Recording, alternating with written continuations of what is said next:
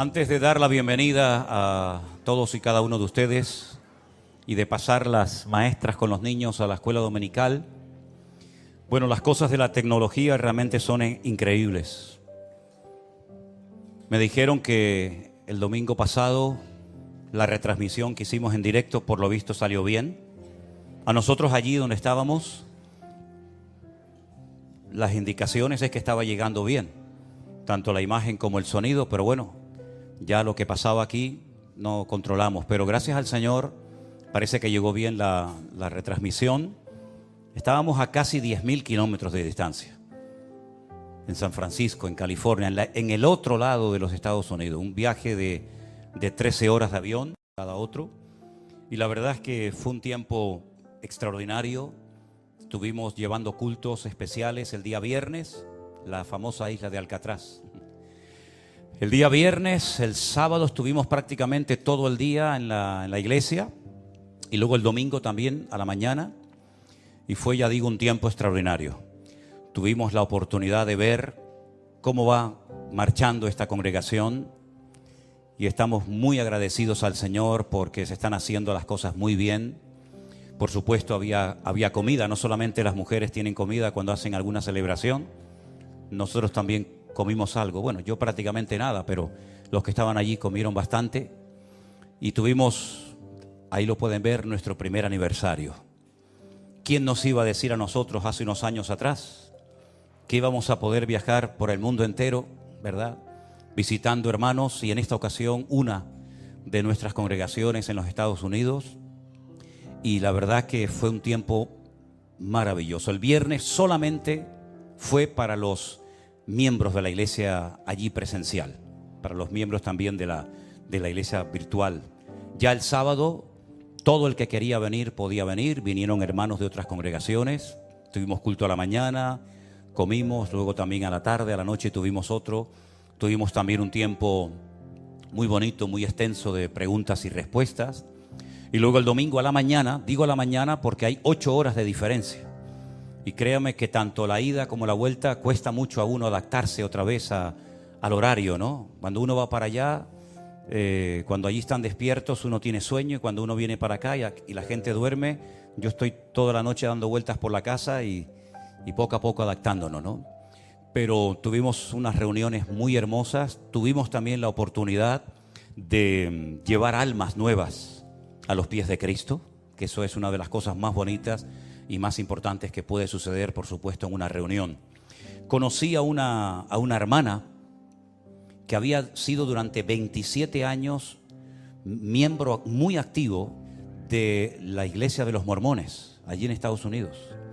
De hecho, me comentaba que sus hijas se casaron en el famoso templo de los mormones en el estado de Utah, en Estados Unidos. Y ella tuvo un encuentro con Cristo tremendo. Y todas sus hijas las logró llevar también a los pies de Cristo. Y ella vive a 8 horas de ese lugar donde estábamos celebrando el culto. Nosotros todavía en San Francisco no tenemos un local, digamos, propio o digamos como este que podemos alquilarlo, sino que ese es el salón de un instituto, de un colegio. Solamente los hermanos se pueden congregar ahí los días domingo. Durante toda la semana están los chicos estudiando en la escuela y ellos ven el culto, como lo vieron ustedes el domingo pasado, por esa pantalla grande que ustedes vieron ahí. Y esta hermana viajó 8 horas en coche, con 5 mujeres más que la acompañaron, y una de ellas aceptó al Señor cuando hicimos un llamado. Después tuvieron que volver otras 8 horas a su respectivo hogar, porque viven cerca de la ciudad de San Diego. Ellas hicieron noche el día sábado allí. Pero me impactó muchísimo ver cómo el Señor ha llevado su palabra a rincones donde jamás en la vida habíamos pensado que llegaría la palabra. Ver a personas que hicieron 8 horas en coche de ida y 8 horas de vuelta para ir a un par de cultos y darle las gracias públicamente al Señor por lo que estos años han representado para ellas, es realmente espectacular. Pero aún más me sorprendió saber que esta hermana, que fue durante 27 años miembro de la iglesia de los mormones, ahora mismo en su casa está llevando un grupo de estudio bíblico con mujeres. Y estas son las cosas que hace el Espíritu de Dios. Amén, hermanos. Estas son las cosas que hace el Señor. Ese es el grupo de la iglesia. Esos son los miembros de la iglesia de San Francisco. No están ahí las visitas, no están ahí hermanos que vinieron de otras congregaciones. Solamente aparecen ahí los hermanos que forman parte de esa iglesia. Aparte de ese precioso grupo de hermanos, hay 6 hogares donde se hacen reuniones. Todas las semanas hay 6 hogares diferentes donde se dan estudios bíblicos con la finalidad de alcanzar almas nuevas. Y el objetivo es, cada vez que haya más hogares, que sean como hogares evangelísticos, donde se predique la palabra y después puedan venir a los respectivos cultos. Vieron por ahí una bandera venezolana en una mesa, y es que el domingo a la mañana hubo comida de todas las naciones representadas, porque ahí hay hermanos de Colombia, de Venezuela, hermanos de México, hermanos de muchos países, y cada uno hizo su comida típica y cada uno iba por la mesa pues cogiendo el plato que más le gustaba, ¿no? El que más quisiera comer. Así es que doy gracias al Señor por esta obra que el Señor ha levantado ahí en ese lugar. Y estamos muy agradecidos porque al día siguiente, el día lunes y martes, nos llevaron a este parque espectacular que yo, mientras grabábamos algunos devocionales y sacábamos algunos vídeos y fotografías, yo le decía a Luis, que fue el que me acompañó en esta ocasión, ahí estábamos grabando un devocional, es imposible en estas fotografías poder transmitir la grandeza de ese parque. Allí se ve la mano de Dios por todas partes. Ahí están los árboles más grandes del mundo, las famosas secoyas, unos árboles gigantescos. Incluso hay uno de ellos, ahí hay uno caído, pero hay uno de ellos que lo perforaron, no sé si saldrá ahí en la fotografía, creo que está allá al fondo, y se puede meter uno por en medio. Y es realmente impresionante. Ese parque de Yosemite se tarda 7 horas en coche poder recorrerlo todo. 7 horas en coche. Imagínense, en 7 horas casi te vas de una punta a otra de casi de España, ¿no? Y ahí solamente para recorrer ese parque. Allí grabamos algunos devocionales, allí sacamos algunas fotografías y fue un día, digamos, de descanso, donde vimos la mano de Dios, porque la mano de Dios, hermanos, se ve por todas partes. Yo le decía, todas esas paredes que ven ahí son de granito, una altura tremenda.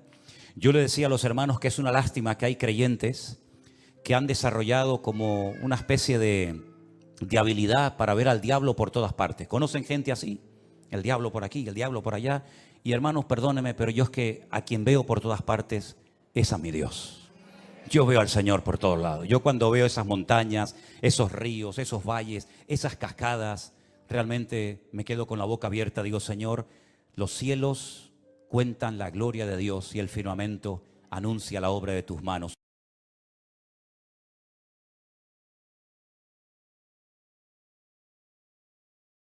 El que todavía estamos usando porque no ha terminado, la fotografía que aparece en la portada está pequeñita porque todavía no se ha producido el deshielo.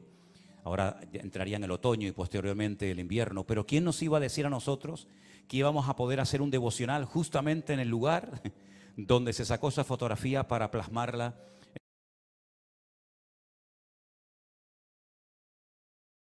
Al Señor, y estamos muy contentos por esa congregación hermosa que el Señor ha dado y ha sustentado hasta el día de hoy. A Él toda la gloria y la honra. Fuerte ese aplauso a nuestro Dios.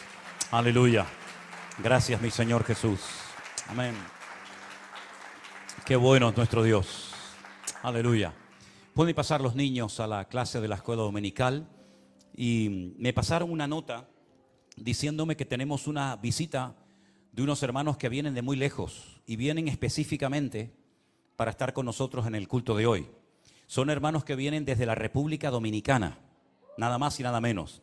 Nuestra hermana Ivana Durán, nuestra Juana Durán, nuestra hermana Rosa Julia y nuestro hermano José Pérez. ¿Dónde están? ¿Se pueden poner de pie los tres? Damos un fuerte aplauso a nuestros hermanos. Dios les bendiga, hermanos queridos. Qué tremendo de tan lejos, ¿no? Me decían los hermanos que esta mañana estuvieron en el puerto de la Cruz, ¿sí? Y esta tarde aquí con nosotros. Y creo que usted me decía que nos lleva siguiendo desde el 2018, cuando yo tenía el pelo negro. ¿Eh? Casi rubio, sí. Bueno, ahora no sé lo que tengo, pero un día fui rubio. Bienvenidos, hermanos. Que Dios les bendiga. Después, por favor, del culto se acercan a los hermanos y les saludan. Me imagino que ustedes se congregan en una iglesia allí en la isla, ¿no? En la República Dominicana. El único país del mundo. Esto es una cosa tremenda. El único país del mundo que tiene la Biblia dentro de la bandera de su país. Ni los americanos, mi hermano. Ni los americanos tienen eso, pero ustedes tienen la honra de tener la Biblia dentro de su bandera. Y dice, ¿qué dice dentro?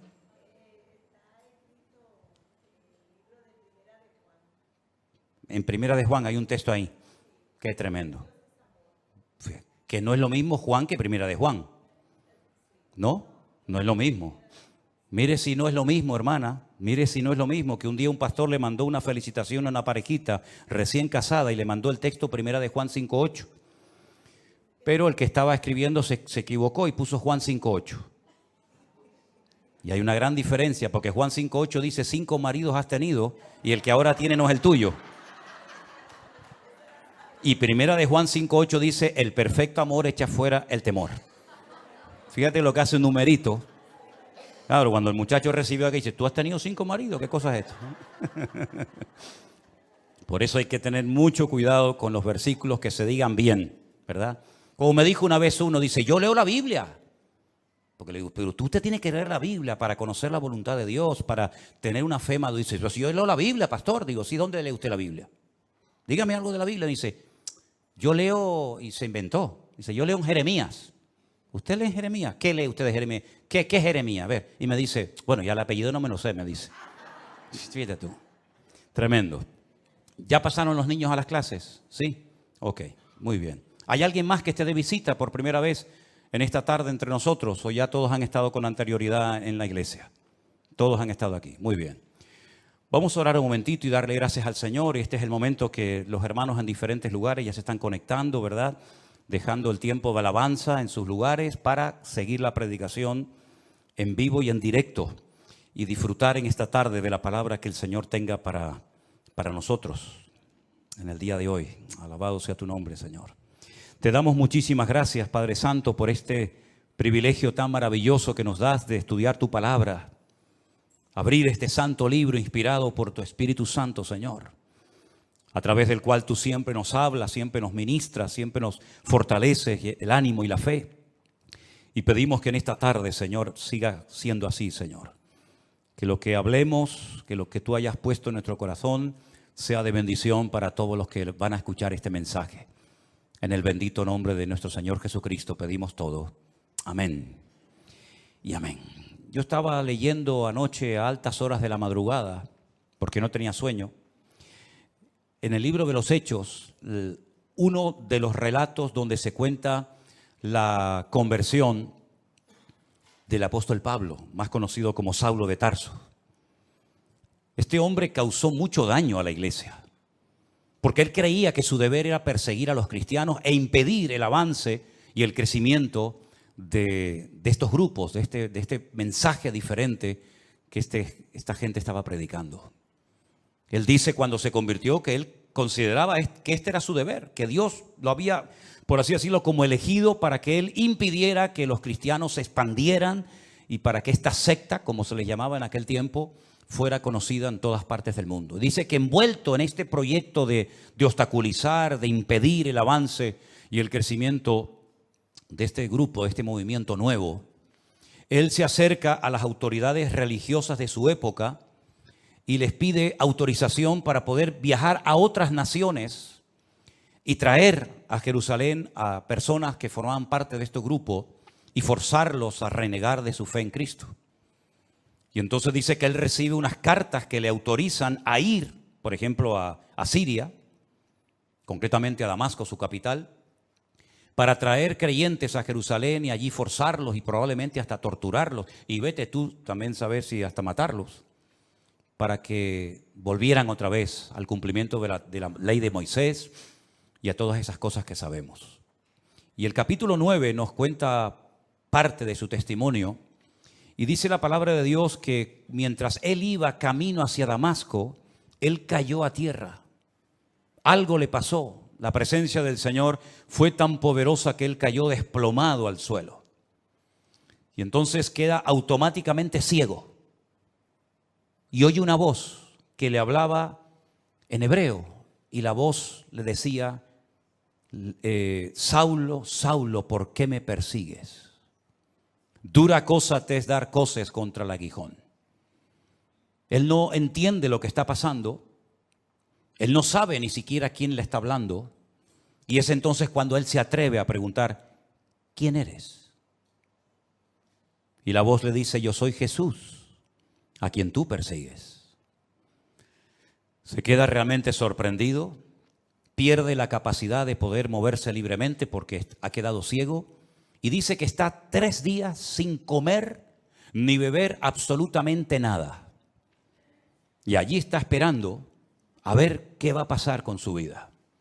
Había en esa ciudad un discípulo llamado Ananías, que no lo vayan a confundir con el Ananías que cae muerto en la iglesia primitiva, que era el marido de Zafira, ¿se acuerdan? Había un tal Ananías que el Señor le habla y le dice, levántate, ve a la calle que se llama derecha, busca en casa de un tal Judas a un tal Saulo de Tarso, porque él allí está orando.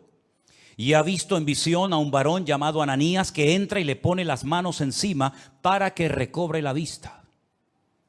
Ahora, lo que va a responder Ananías, en cierto sentido, a mí me recuerda un poco la actitud de Moisés cuando el Señor lo llama a través de aquella zarza que ardía y no se consumía en el desierto, ¿se acuerdan? Cuando el Señor le habla y le dice que ha llegado el momento de volver a Egipto, de sacar al pueblo de la esclavitud, etcétera, etcétera, y él ha sido escogido por el Señor para cumplir con esta función. Y él pone todo tipo de excusas y bueno, Señor, no me van a creer, yo soy un hombre que no tengo facilidad de palabra, etcétera, etcétera. Y el Señor, pues después de una serie de pruebas, lo logra convencer y finalmente él va. Bueno, pues fíjense cómo responde a esa orden Ananías al Señor y le dice, Señor, he oído de muchos acerca de este hombre, cuántos males ha hecho a tus santos en Jerusalén. Y aún aquí tiene autoridad de los principales sacerdotes para prender a todos los que invocan tu nombre. Como dicen, Señor, yo sé que tú eres perfecto y tú no te equivocas, pero tú me estás mandando a que vaya a orar y le ponga mis manos encima a un hombre que es un peligro. Un hombre que tiene poder incluso en esta ciudad para llevarnos presos y matarnos si quiere en Jerusalén. Por lo tanto, no sé, no lo dijo, pero probablemente le pasó por la mente. Decir, si hay otro por ahí que tú pudieras mandar, yo te lo agradecería, ¿no?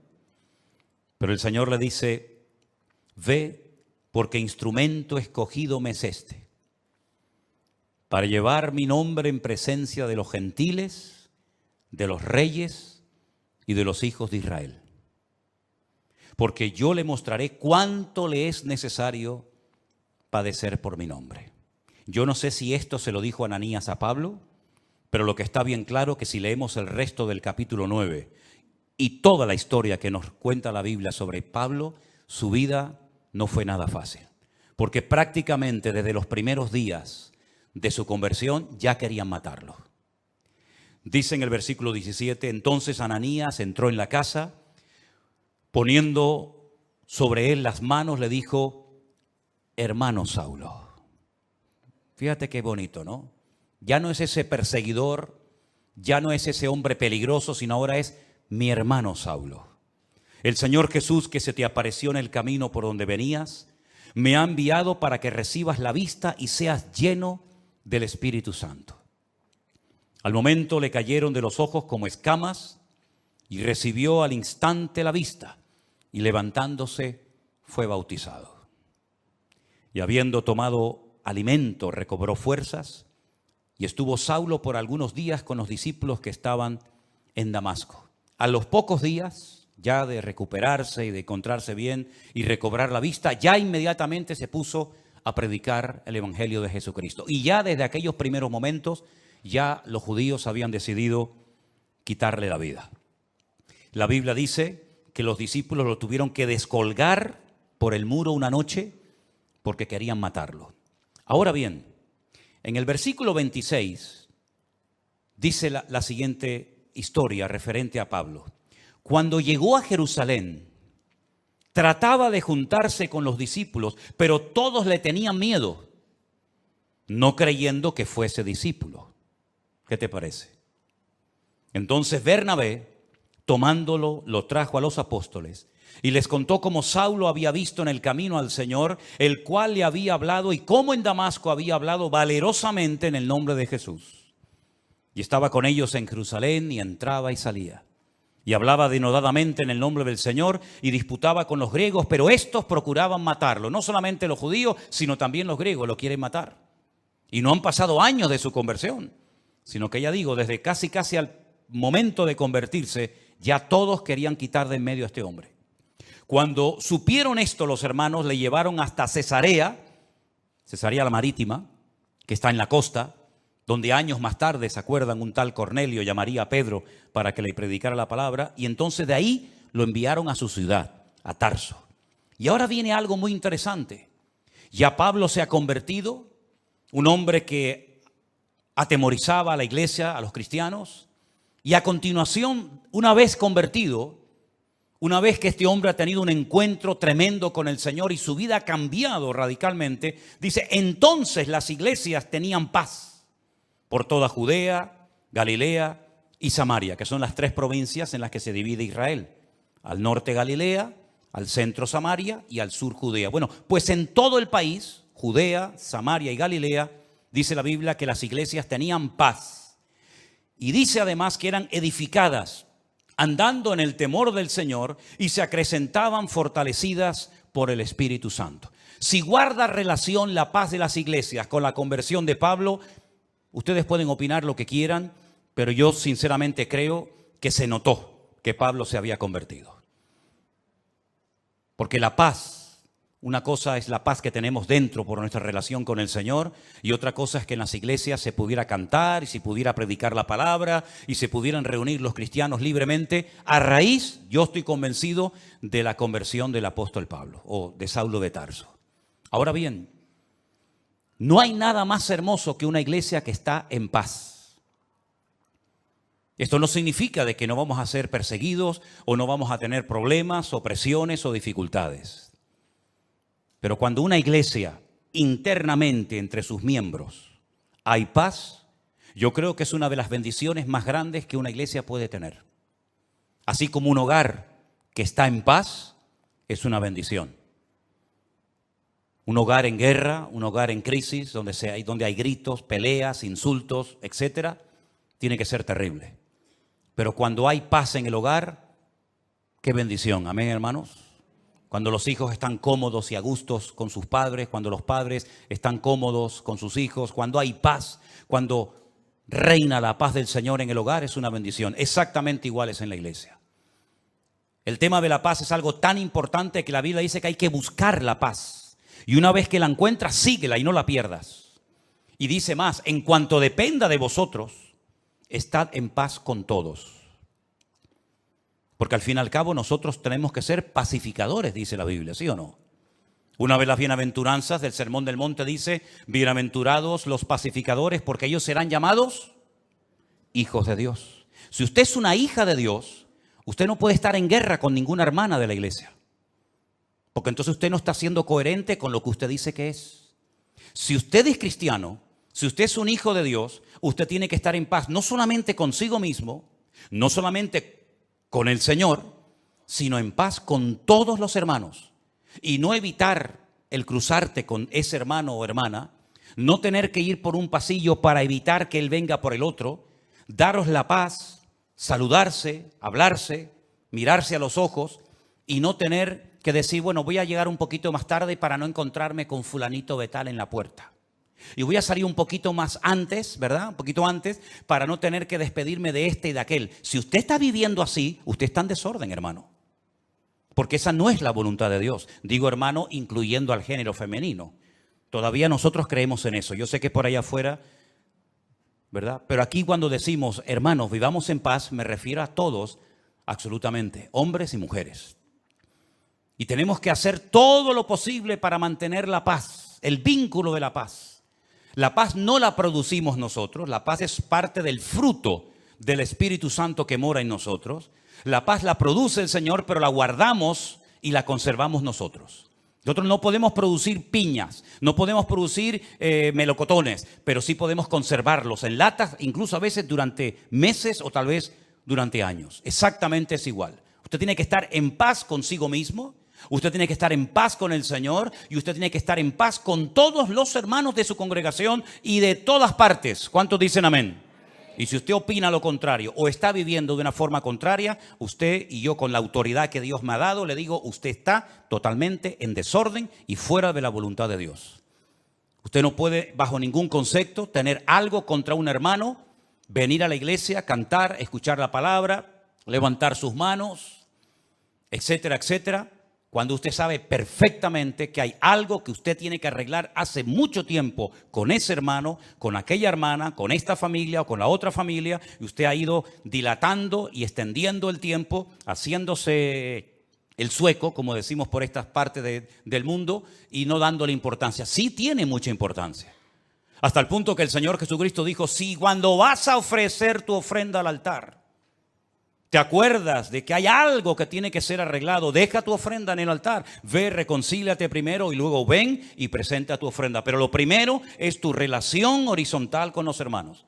Y después vienes, yo no me voy a ir ni me voy a cansar de esperarte, pero si tú no amas a tu hermano al cual ves, no digas que amas a Dios al cual no ves, porque la Biblia llama a tales personas mentirosas. ¿Cuántos dicen amén?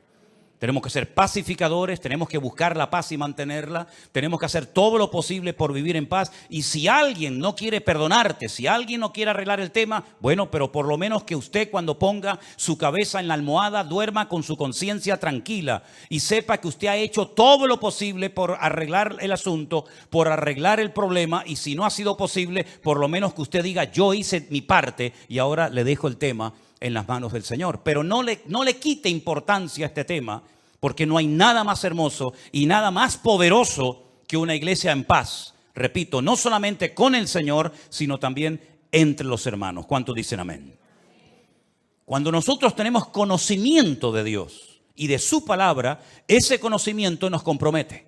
El conocimiento no es para presumir. Mire cuánto sé. Le voy a decir cuántos versículos de la Biblia sé o cuántos capítulos conozco. No, el conocimiento no es para eso.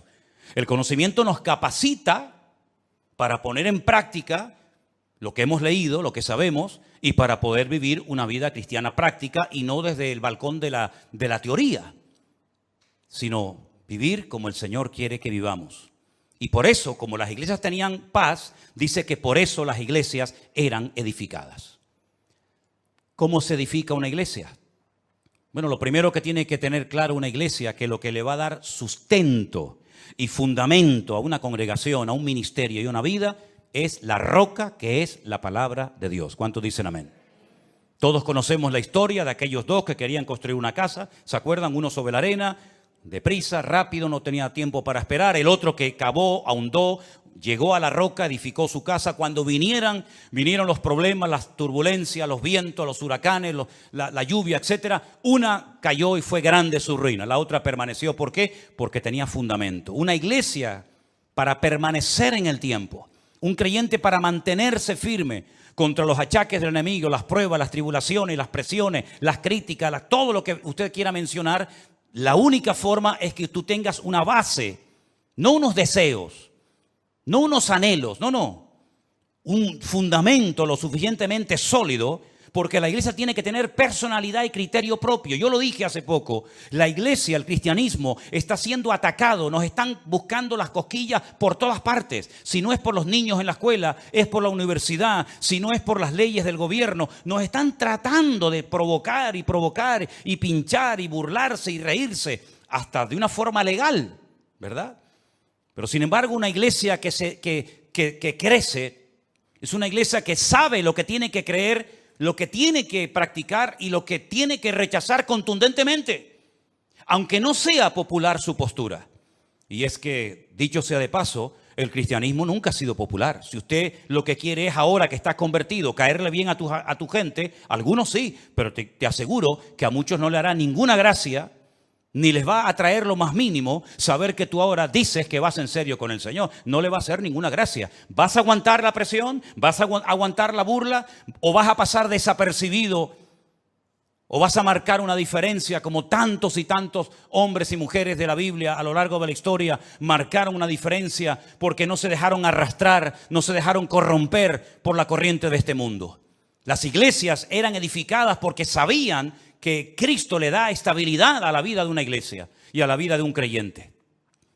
Nosotros tenemos que ser muy valientes hoy en día, y perdonen que les diga, para encontrar a muchos cristianos valientes. Y valiente no es venir a la iglesia, eso no tiene ningún acto de valentía, por lo menos en Europa. A lo mejor habría que tener mucho valor para ir a una iglesia en otros países donde hay persecución, pero para entrar por estas puertas, ¿qué valentía tienes que tener? Ninguna. Para leer la Biblia no hace falta ser valientes, por lo menos hoy por hoy, hoy en día en Europa o en países que nos están viendo ahora mismo. Pero yo cuando hablo de valentía, hablo de tomar decisiones, de estar dispuesto a jugármela por el Señor. Hemos dicho durante años cosas que yo después compruebo a la luz de la realidad que son simplemente teorías y opiniones. Lo primero en mi vida es el Señor. ¿Seguro que lo primero en tu vida es el Señor? ¿Tú estás seguro de eso? ¿Tú estás plenamente convencido que el justo por la fe vivirá? Entonces, ¿por qué no vive por fe? Si eso es verdad y tú lo crees, ¿por qué te agarras tanto a lo que tienes y no a lo que eres en el Señor?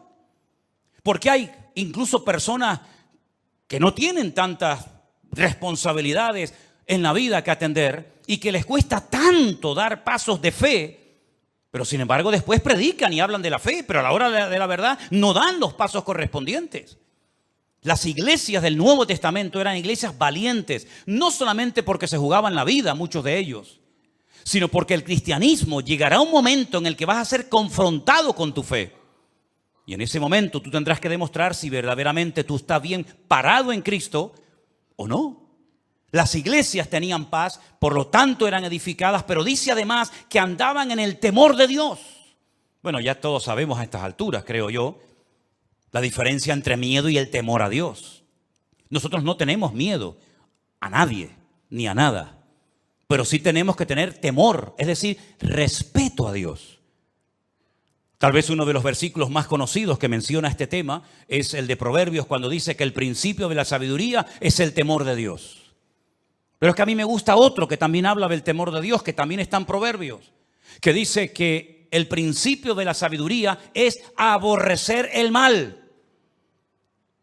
Y dice la Biblia que las iglesias de Judea, de Galilea y de Samaria andaban en el temor de Dios. Es decir, eran iglesias que andaban en orden. Eran iglesias que andaban alineadas con Dios y con su palabra. Eran iglesias que no vivían en la carne. Eran iglesias que andaban en santidad, comprometidos, sabiendo que ellos eran, como dijo el Señor, la sal de la tierra y la luz del mundo. No siempre fue así. Después hubieron tremendas persecuciones, muchos hermanos perdieron la vida, unos fueron quemados, torturados, crucificados, etcétera, etcétera. Pero por lo menos durante un tiempo, el libro de los Hechos destaca que hubo un tiempo que había paz en las iglesias.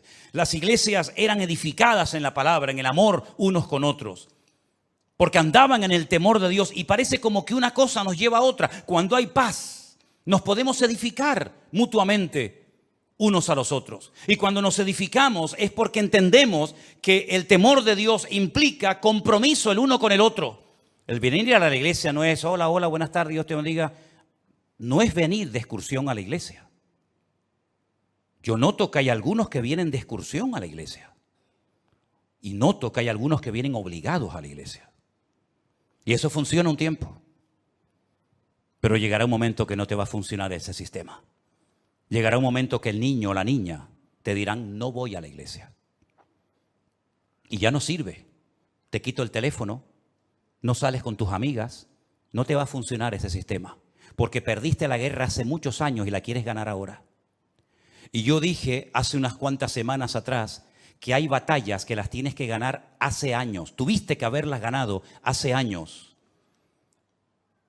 Como David aprendió a ganar muchas batallas en su vida privada para después, cuando llegó el momento de su vida pública, derrotar a aquella mole de hombre llamado el gigante Goliat. Pero no era la primera vez que se enfrentaba a un obstáculo tremendo. Ya él después contó lo que hacía en su vida privada, que por cierto nadie lo sabía, pero él y Dios sí lo sabían. Por lo tanto, hay batallas que si tú has ido perdiendo en tu intimidad, después no vengas aquí dándotelas de valiente de que ahora todo se va a solucionar porque has perdido la guerra hace muchos años. Por eso cada día, dice Pablo, empezamos de cero. Y corro para ver si logro asir aquello para lo cual un día el Señor me agarró a mí. Porque todavía queda mucho camino por recorrer y mucho terreno por conquistar para el Señor. A veces decimos, he escuchado a hombres que dicen, la Biblia dice que la mujer tiene que someterse al hombre. Ya perdiste la guerra. Si vas así, ya perdiste la guerra, no hoy, hace años la perdiste. La Biblia dice, los hijos tienen que honrar a sus padres. Y si subes el volumen para darle como más fuerza a tu argumento, hace años que perdiste la guerra. Ya ni usando el versículo te funciona. Porque no es por presión, es por convicción. ¿Tú te has asegurado de que tus hijos han nacido de nuevo? Porque si no han nacido de nuevo, ¿cómo lo vas a obligar a venir a un sitio donde Cristo y su palabra es la prioridad? Si tú has perdido la guerra en tu familia y en tu vida privada, en tu vida pública, tarde o temprano, saldrá a la luz tus derrotas personales. Por eso, queridos hermanos, si no somos capaces de andar en el temor de Dios, ¿qué es el temor a Dios? Pongamos ejemplos prácticos. El temor a Dios es tener respeto a las cosas de Dios. El saber que aunque nadie me está mirando, aunque nadie me está observando, eso que estoy haciendo en ese momento, eso que estoy mirando en ese momento, no es la voluntad de Dios. Y no necesito a alguien que me fiscalice, no necesito a alguien que me haga sombra o me ponga encima su mirada para decir, ay, perdón. Porque yo sé que los ojos del Señor me están observando 24 horas al día. Y el temor de Dios funciona debería de funcionar cuando estoy acompañado y cuando estoy solo. Y ese era uno de los secretos del crecimiento numérico y cualitativo de la iglesia en aquellos tiempos. Que andaban en el temor de Dios, sabían que hay cosas que no le agradan al Señor. Y déjenme que les diga algo. En aquellos tiempos, por lo menos en este momento, no todo el mundo tenía como tú y como yo una Biblia en la mano. Porque eso de tener una Biblia en la mano completa, desde lo que Dios le decía a Moisés, lo que Dios le revelaba a David en aquellos hermosos salmos, lo que el Señor le reveló a Juan en la isla de Patmos en cuanto al futuro, lo que Pablo daba como instrucciones a las iglesias de Corinto, de Éfeso, de Colosa, de Filipo, etcétera. Toda esa instrucción, toda esa enseñanza, toda esa sabiduría, toda esa colección inmensa de palabras reveladas e inspirada por Dios, eso es un privilegio que durante siglos y siglos millones de hermanos nuestros no tuvieron. Es muy fácil cuando tú oras al Señor decir, bueno, creo que esta porción de Corintios o de Romanos o de Filipenses o este salmo o esta palabra de Isaías o de Jeremías o este ejemplo de Daniel o de José me pueden venir bien. Sí, claro, pero porque tú tienes toda la Biblia. Pero te repito, durante siglos y siglos hubieron millones de hermanos nuestros que nunca tuvieron el privilegio de tener una Biblia en sus manos. Y eso es algo que tenemos que valorar. Hay cosas que tenemos que valorar en nuestra vida para que nuestra vida realmente sea una vida fructífera y bendecida por el Señor. Y una de ellas es tener toda la palabra de Dios en mi mano, a la cual puedo recurrir y estudiar y escudriñar en cualquier momento. ¿Cuántos dicen amén? Otra cosa muy importante que tenemos que valorar es la iglesia que tenemos. ¿Saben cuántos hermanos les gustaría tener un lugar donde poder congregarse y no lo tienen?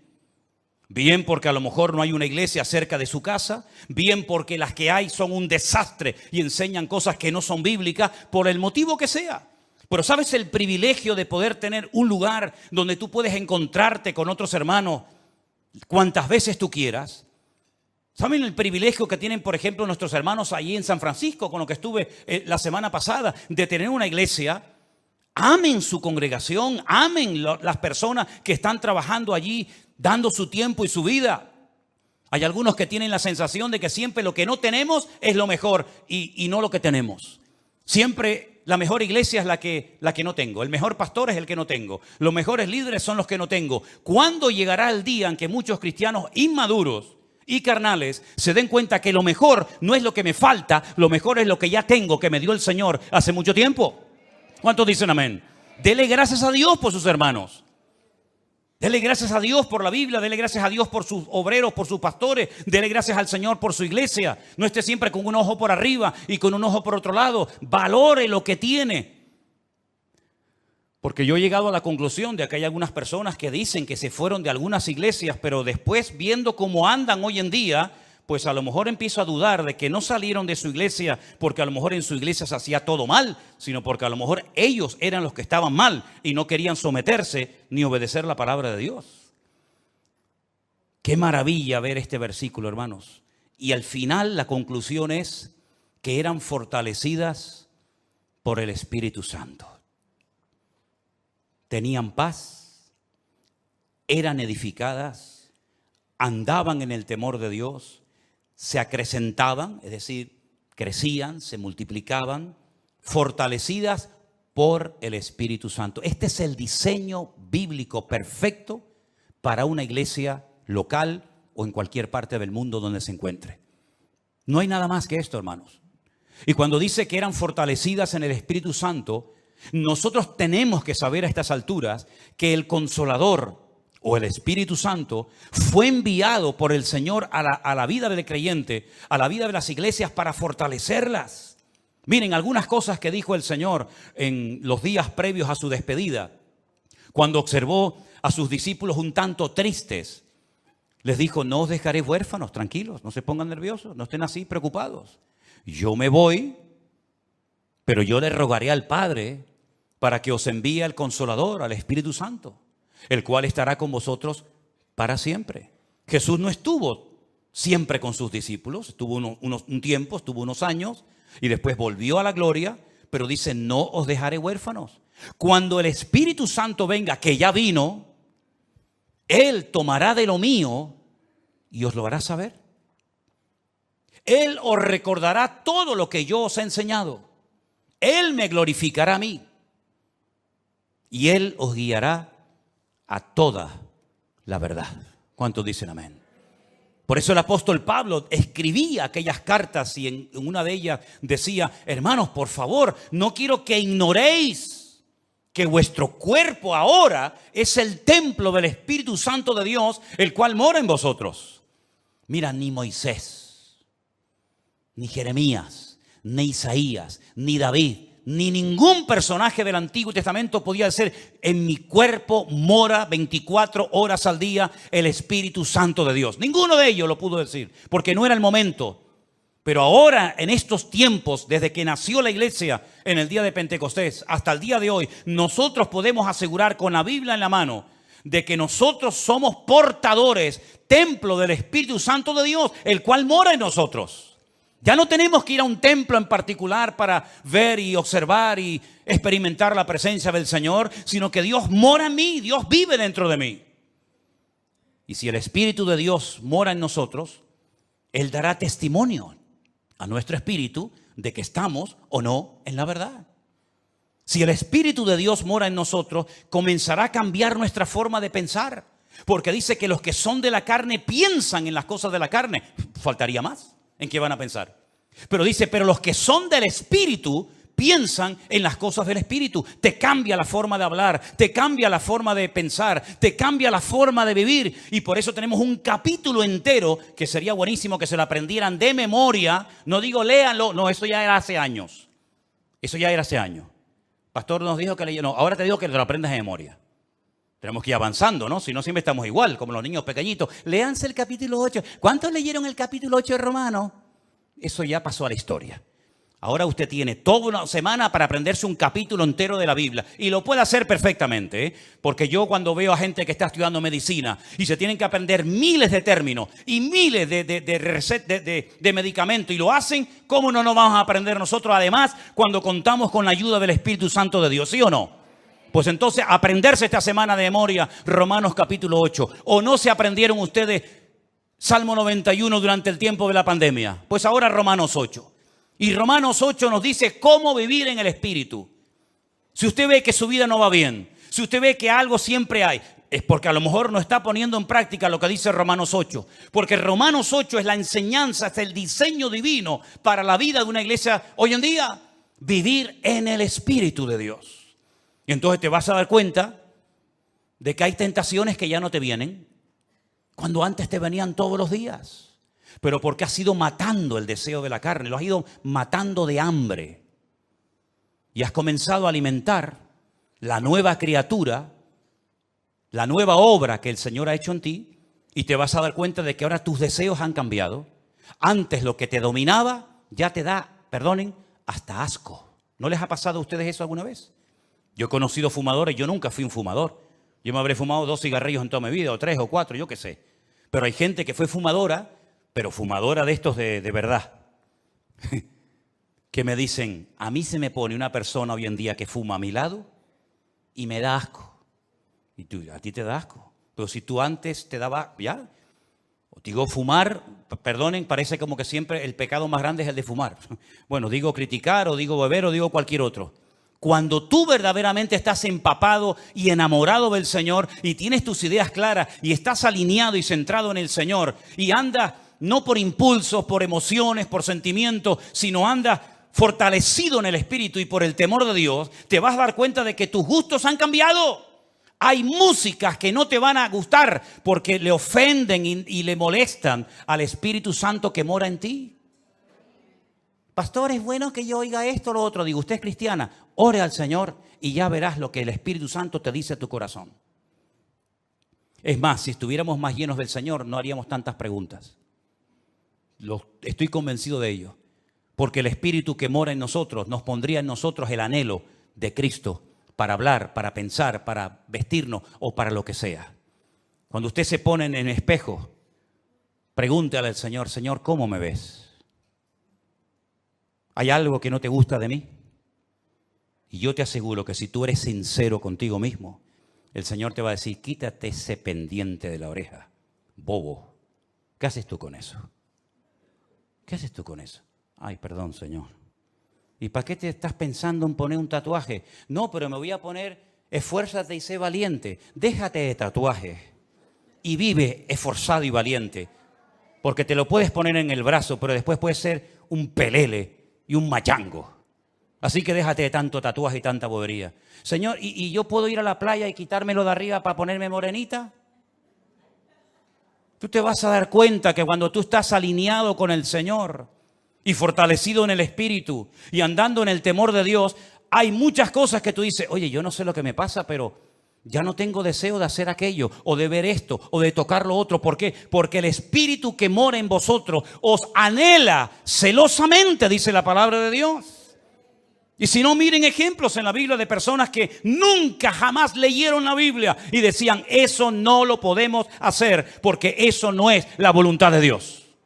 ¿Y dónde lo habían leído? No hace falta leerlo. Tenían tanta comunión, estaban tan alineados con el Señor que sabían lo que a Dios le agradaba y lo que a Dios le desagradaba.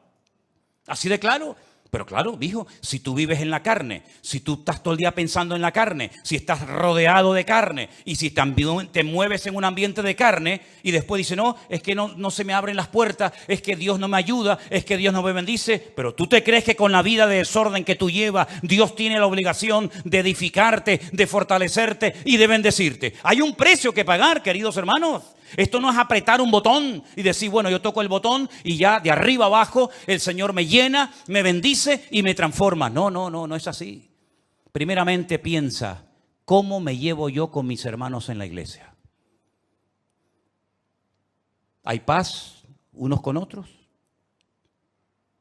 Porque si no hay paz, esto no es para ti, ¿eh? Esto no es para ti. Tendrás que pasar hoy, aceptar al Señor, pedir perdón y arrepentirte. Pero si tú estás en paz, entonces, ¿qué vas a querer? Edificar a los hermanos. Y si habéis prestado atención a la lectura esta tarde que dice, ¿cómo se edifica la iglesia? Por la actividad propia, mutua, de cada miembro. ¿Lo habéis leído, no? ¿Sí o no? El cuerpo va creciendo según la actividad propia de cada miembro para ir edificándose en amor. Así se edifica una iglesia. Con la actividad de cada uno de nosotros, aportando cada uno su granito de arena, aportando cada uno su don, su talento, su habilidad, su conocimiento, etcétera, etcétera, y cada uno aportando lo que tiene que aportar, lo que Dios te ha dado, ese cuerpo va creciendo y se va edificando hasta llegar a la estatura de la plenitud de Cristo, a un varón perfecto. Eso es lo que dice la palabra de Dios. Si lo hacemos, el crecimiento viene solo. Esta gente no tenían que salir por las calles haciendo campañas evangelísticas. Es que yo no veo en la Biblia campañas evangelísticas, sino que dice que el Señor añadía cada día a la iglesia los que habían de ser salvos. No estoy diciendo que no haya que salir a predicar el evangelio, no estoy diciendo eso. Lo que estoy diciendo es que el Señor mandaba a la congregación y era la iglesia un imán que atraía a la gente, porque el estilo de vida de los creyentes era diferente, y lo que hoy en día la gente está buscando es gente que sea honesta, que sea sincera, que vivan lo que predican y no que digan una cosa y que luego hagan otra. Por eso, mis queridos hermanos, el Espíritu Santo se movía en aquellas congregaciones con una libertad tremenda. ¿Por qué? Porque donde hay santidad, donde hay orden, ahí se mueve el Espíritu de Dios. Cuando la iglesia no es esto, cuando la iglesia no funciona según este diseño bíblico, la iglesia se convierte en lo que tú quieras. En un club de amigos, en una ONG, en un lugar de altruismo, en un lugar donde se reparte tal vez comida, pero la iglesia perdió la función de ser el agente de Dios en este mundo. Y el Señor nos da la oportunidad y el privilegio de reunirnos pues 1 o 2 veces a la semana o cuando sea en este lugar o en cualquier otro. Pero durante la semana la luz se esparce. Ahora la luz está concentrada en un lugar. Todos estamos siendo alimentados, instruidos, ¿verdad?, edificados por la palabra, pero cuando termine esta reunión, y en sus respectivos países lo mismo, la luz se va a esparcir. Y durante toda la semana, cada uno de ustedes en el lugar donde viva, donde trabaja, donde estudies, vas a tener que marcar una diferencia y vas a ser una luz. Pero estás realmente fortalecido, edificado en el Señor para poder vivir una vida cristiana victoriosa. Porque si tu vida cristiana depende única y exclusivamente de un culto, yo no sé cómo aguantas, sinceramente. Yo no sé cómo puede aguantar un creyente viviendo única y exclusivamente de cultos. Eso es muy complicado. Tú tienes que tener tu propia comunión y tu propia relación con el Señor cada día. Porque aquí dentro, no digo que no se te presenten tentaciones, porque a veces hay algunos o algunas que vienen con otras intenciones, pero digamos que las tentaciones grandes no están dentro de la iglesia. Seamos sinceros. Las tentaciones, las presiones, etcétera, etcétera, está allá afuera. Cuando tú estés solo mañana y te llame aquel o aquella, ¿cómo vas a reaccionar, hermano? ¿Cómo vas a reaccionar? ¿Con la carita de santo y de bueno que tenías hoy? ¿O te volverá a salir el indio que llevamos todos dentro? Dios nos tiene que sacudir el alma para que nos demos cuenta de que somos el objetivo del enemigo y sobre todo nuestros hijos. Que Dios nos ayude a entender que cuanto más unidos, más arraigados a la palabra, más en santidad, en paz y en orden vivamos, más fortaleza espiritual todos vamos a tener para poder vivir una vida cristiana victoriosa. Saulo estuvo 15 años sin aparecer en la escena. A los 15 o 16 años vuelve a aparecer, ya el Señor le ha revelado el Evangelio, ya viene con otras, ¿verdad?, con otro estilo de vida. Pero lo que está bien claro es que todos y cada uno de nosotros somos responsables de nuestra vida cristiana. Usted no puede depender de cultos, no puede depender de pastores, usted tiene que depender única y exclusivamente de su relación con el Señor. Mi pregunta es, y concluyo, ¿está usted en paz con el Señor? ¿Y con usted mismo? Porque hay gente que está enfadado con ellos, ¿sabían eso? Hay gente que no se soporta, no se aman. ¿Y cómo va usted a amar al prójimo si al prójimo hay que amarlo como a ti mismo? Hay gente que está enfadada con ellos mismos. No le gusta su cuerpo, no le gusta su gordura, no le gusta su delgadez, no le gusta su altura, no le gusta no sé qué. Están enfadados, están con problemas personales terribles. Y llevan años arrastrando, y mira cómo estoy, y mira cómo no estoy, y mira el granito aquí, y mira el granito allá, y mira que no sé qué. ¿Ya te has aceptado a ti misma? ¿Sí o no? Yo me acepté a mí misma hace muchos años, No tengo ningún problema personal conmigo mismo.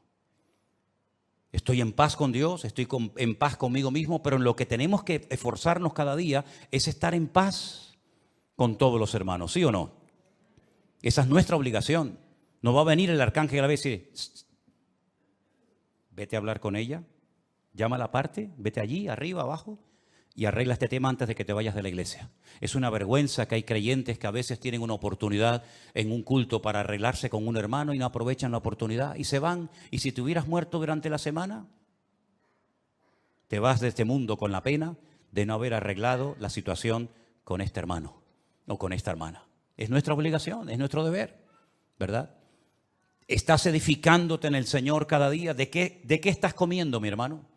¿Qué estás comiendo? ¿Qué estás alimentando tu alma? ¿Con la palabra de Dios, con buena literatura cristiana, teniendo comunión con el Señor y con su palabra? ¿Estás comiendo sanamente o estás comiendo basura? Ustedes saben que se ha puesto de moda la comida basura, es la más rápida, ¿no?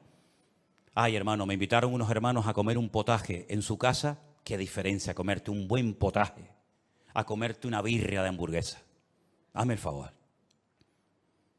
¿Estás comiendo bien espiritualmente hablando? ¿Estás comiendo bien? Es tu obligación, no la mía, es la tuya. ¿Estás fortaleciéndote en el Señor? ¿Estás andando en el temor de Dios? ¿Estás huyendo de ciertos y determinados ambientes y lugares y personas que te pueden contagiar y te pueden perjudicar tu desarrollo y tu crecimiento espiritual? ¿Te das cuenta cómo hay muchas cosas que no dependen de un pastor o de una iglesia, sino son cosas que somos nosotros los responsables delante de Dios de tomar esas medidas preventivas para poder construir una vida cristiana victoriosa? Medita en todo esto que has escuchado esta tarde, hermano. Porque hay gente que a lo mejor no tienen paz en su corazón porque no están haciendo esto que hemos leído esta tarde. No se están edificando en el Señor, no tienen comunión con el Señor y por lo tanto no tienen paz. Pero la paz es posible, dice la Biblia. Tú guardarás en completa paz. ¿A quién?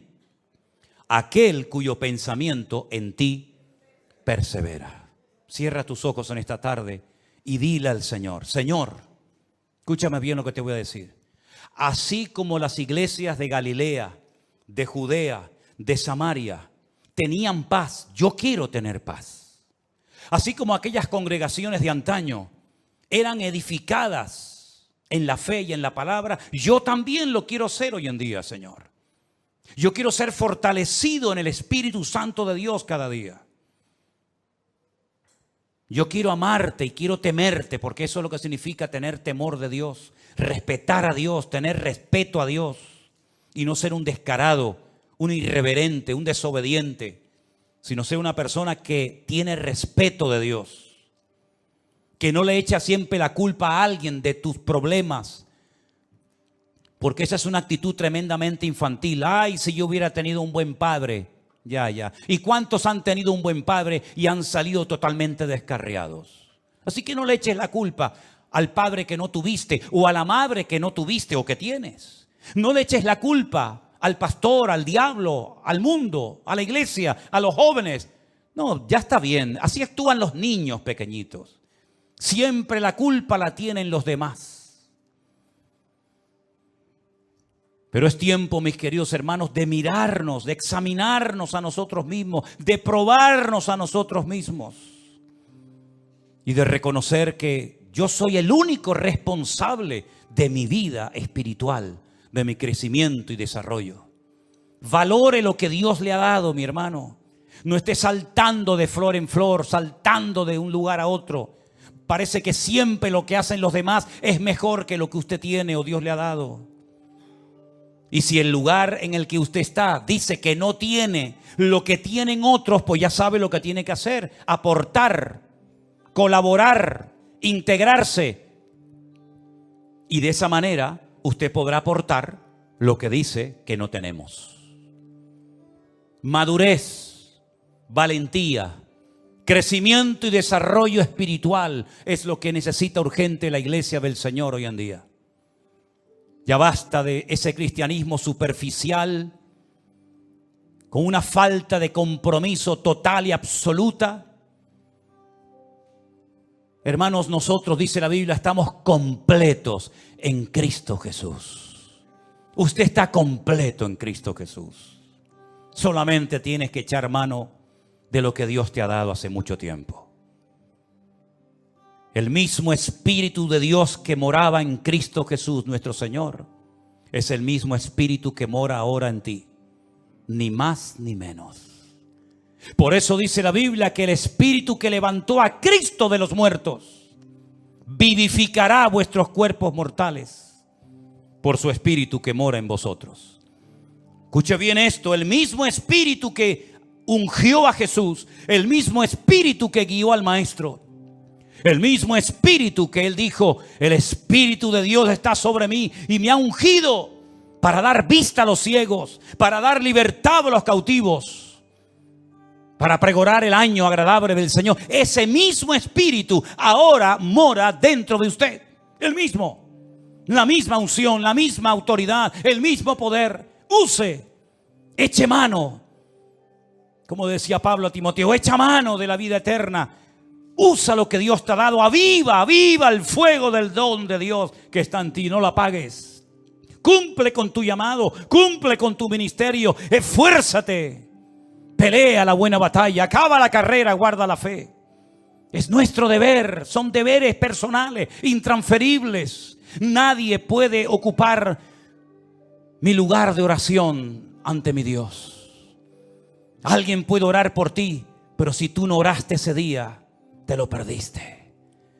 Nadie puede ocupar esa banca, esa silla donde tú estás sentado más que tú. Porque un día Cristo se apareció en un culto y faltaba uno. Y fue el mejor culto de todos. Porque se apareció nada más y nada menos que el resucitado, victorioso y glorioso, el Rey de Reyes y Señor de los Señores. Y Tomás no estaba. Nadie puede leer la Biblia por ti. Nadie puede evangelizar por ti. Otros podrán hacer algo parecido a ti. Pero tus deberes eres tú el responsable de cumplirlos. Ni papá, ni mamá, ni la esposa, ni el marido, ni los hijos, ni el pastor, ni la iglesia. Tú eres el responsable. Es como si tú mañana no vas a trabajar. Tal vez el jefe puede llamar a otro, pero tu deber era haber estado allí. Así que, mi querido hermano y amigo, como le dijo el Señor a Ananías, levántate y ve a orar por Saulo de Tarso. Es que es un hombre peligroso. Levántate y vete a orar por Saulo de Tarso. Es que he oído de muchos males que ha hecho a tus santos en Jerusalén. Levántate y ve a la calle derecha. Pon las manos sobre él para que recobre la vista. Ananías, déjate de excusas. Levántate. Y como dice la palabra, y lo dijo Saulo de Tarso, es hora de levantarnos del sueño. Porque la noche está avanzada y se acerca el día. Señor, gracias por tu palabra. Queremos ser esta iglesia de la cual se habla aquí en tu palabra. Iglesias fortalecidas en el Espíritu. Iglesias que andan por el temor de Dios. En paz. Los hermanos unos con otros. Sin guerras, sin peleas, sin murmuraciones ni divisiones internas. Queremos, Señor, vivir conforme a tu diseño en nuestras vidas. Que tú tomes posesión de todo nuestro ser. Y que en estos tiempos difíciles en los cuales nos ha tocado vivir, podamos ser la sal y la luz del mundo. Sabemos que la tierra ya está dando esos dolores de parto tremendos. Cada vez serán más frecuentes y más dolorosos.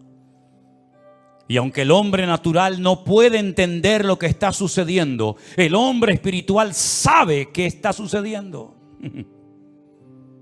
Y algunos dicen, ¿por qué? ¿Y por qué? Y yo digo, ¿por qué no? No es por qué.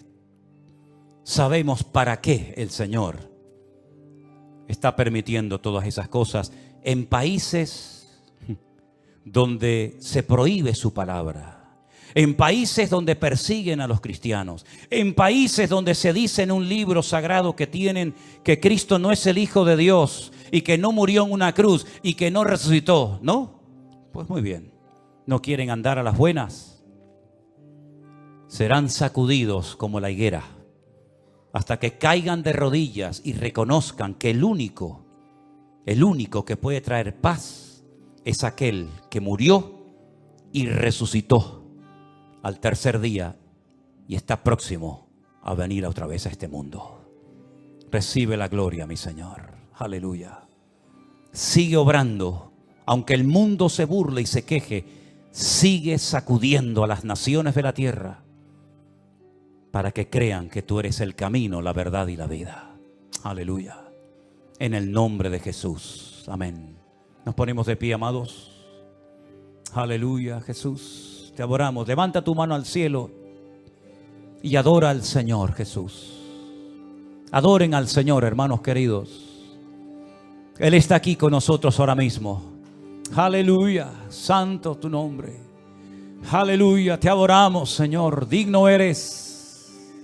Digno eres, Señor. Sigue obrando, Jesús. Sigue obrando, Señor. Sigue hablando, Señor. Sigue hablando. Oh, Jesús. Gracias.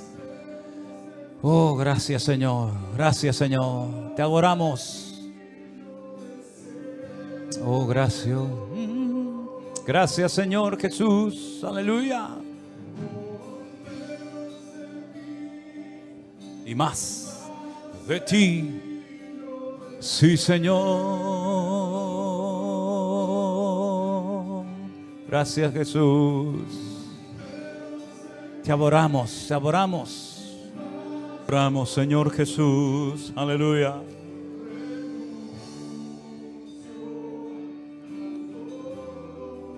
Gracias, Señor. Quisiera yo aprovechar también la oportunidad para recordarles a todos que el mes que viene todas las hermanas de la iglesia están invitadas a un mini retiro que van a llevar a cabo en el Puerto de la Cruz, ¿verdad? Tienen que anotarse. Tienen que anotarse. Ahí están los datos, la fecha. Guardando tu corazón. Yo espero que las hermanas de la congregación puedan asistir, ¿verdad? Y disfrutar de este tiempo especial que el Señor les va a permitir tener el día 13 y 14 de octubre, Dios mediante. Quiero también anunciar que el próximo congreso nuestro como iglesia se va a llevar a cabo en esta ocasión en la ciudad de Alicante. Durante 2 años lo hemos hecho en un hotel en un pueblecito de la provincia de Toledo llamado Los Llévenes.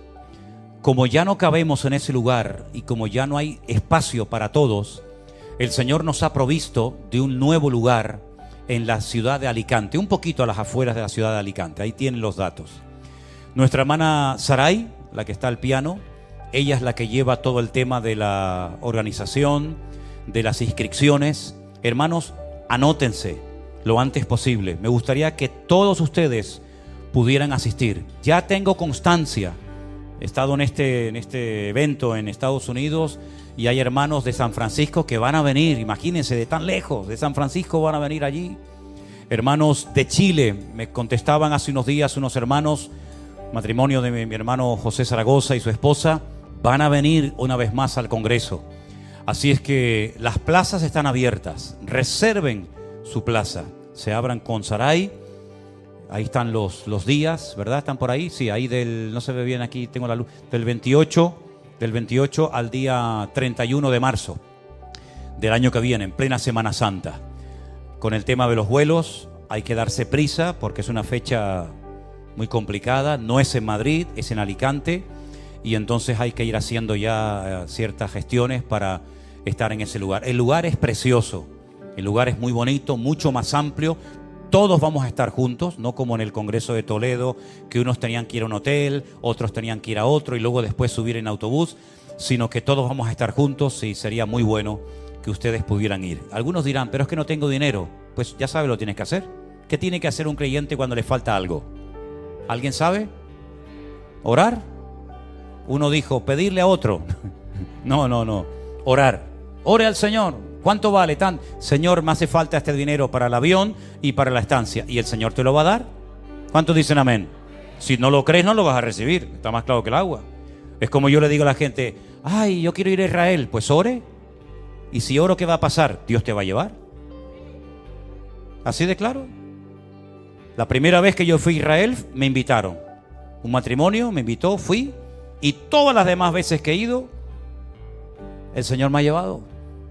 Entonces yo te estoy enseñando cómo yo vivo. Y a mí me da resultados. Yo quiero ir a Israel, ora.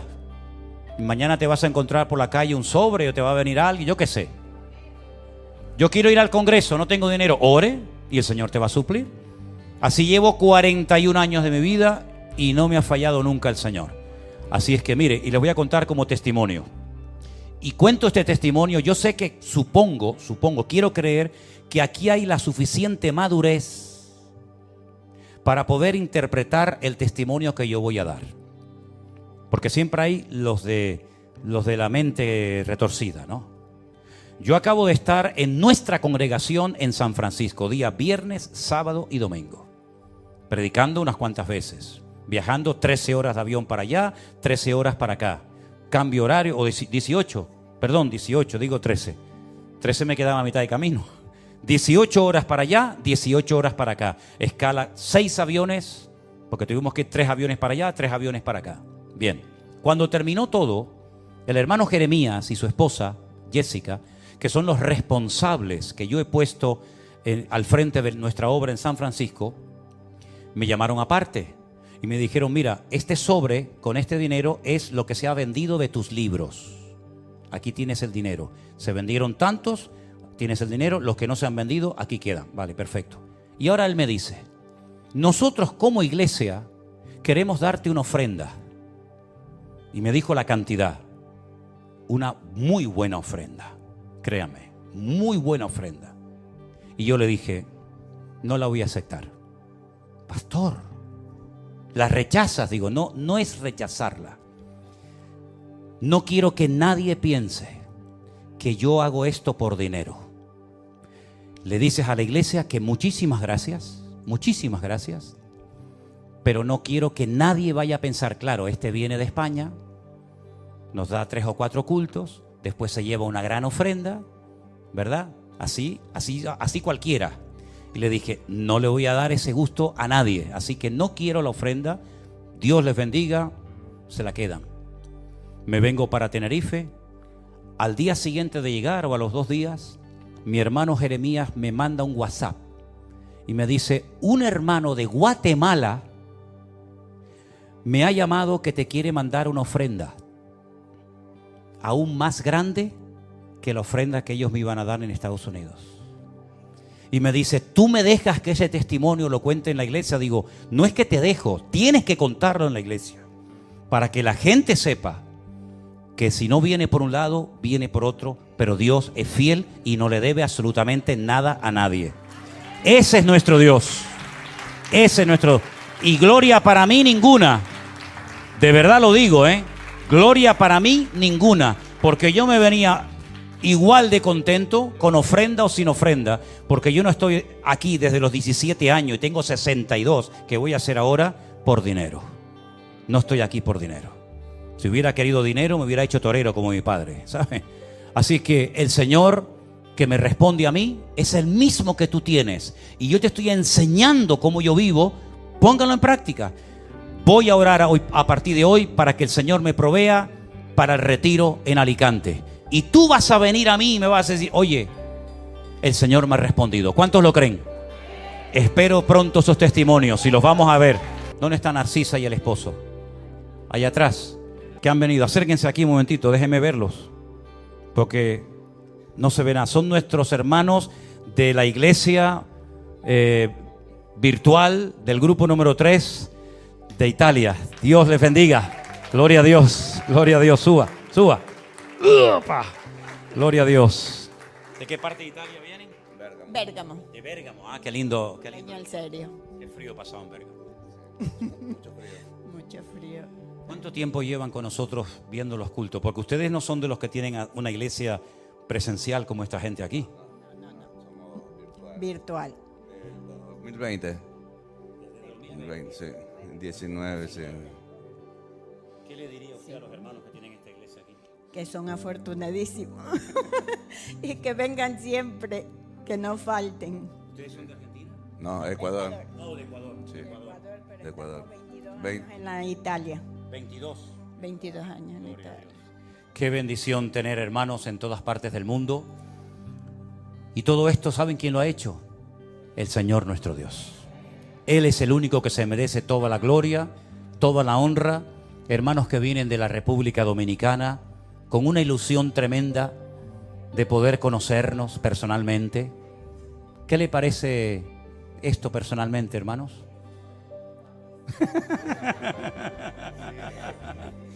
¿Qué le parece? Tremendo, ¿no? Pues usted puede decir, de oídas te había oído, pero ahora mis ojos te ven. Ese es nuestro Dios, ese es nuestro Dios. Y usted sabe, hermanos, ustedes de Italia, mis hermanos, usted sabe que a veces hay hermanos que se quedan de aquí de Tenerife, que viven cerca. Saben que hay hermanos que se quedan en la casa porque dice que a lo mejor hay un día de mucho frío y no vienen al culto. Y ustedes vienen de la República Dominicana y ustedes vienen de Italia. Y hay hermanos que a lo mejor viven a 4 cuadras de aquí, pero no vienen porque dice que le duele la cabeza.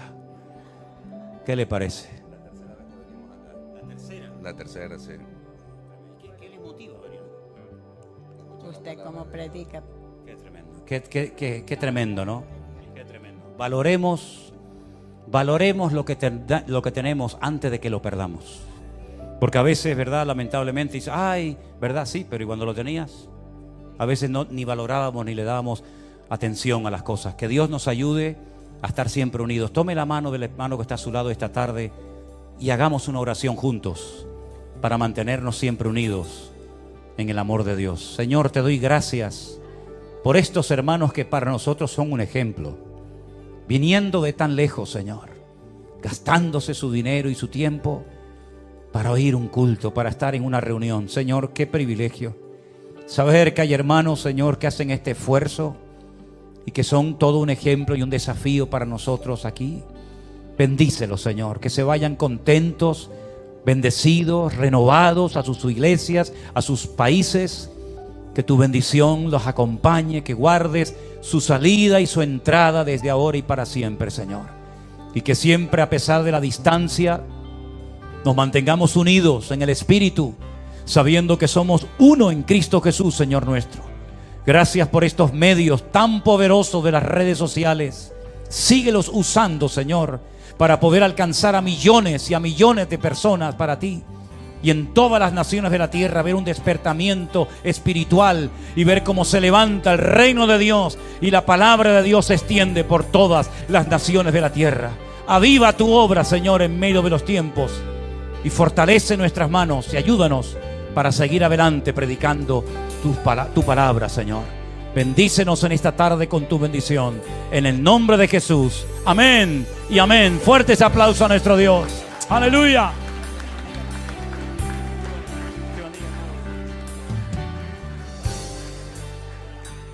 Gloria a Dios. Qué bueno es el Señor. Saluden después.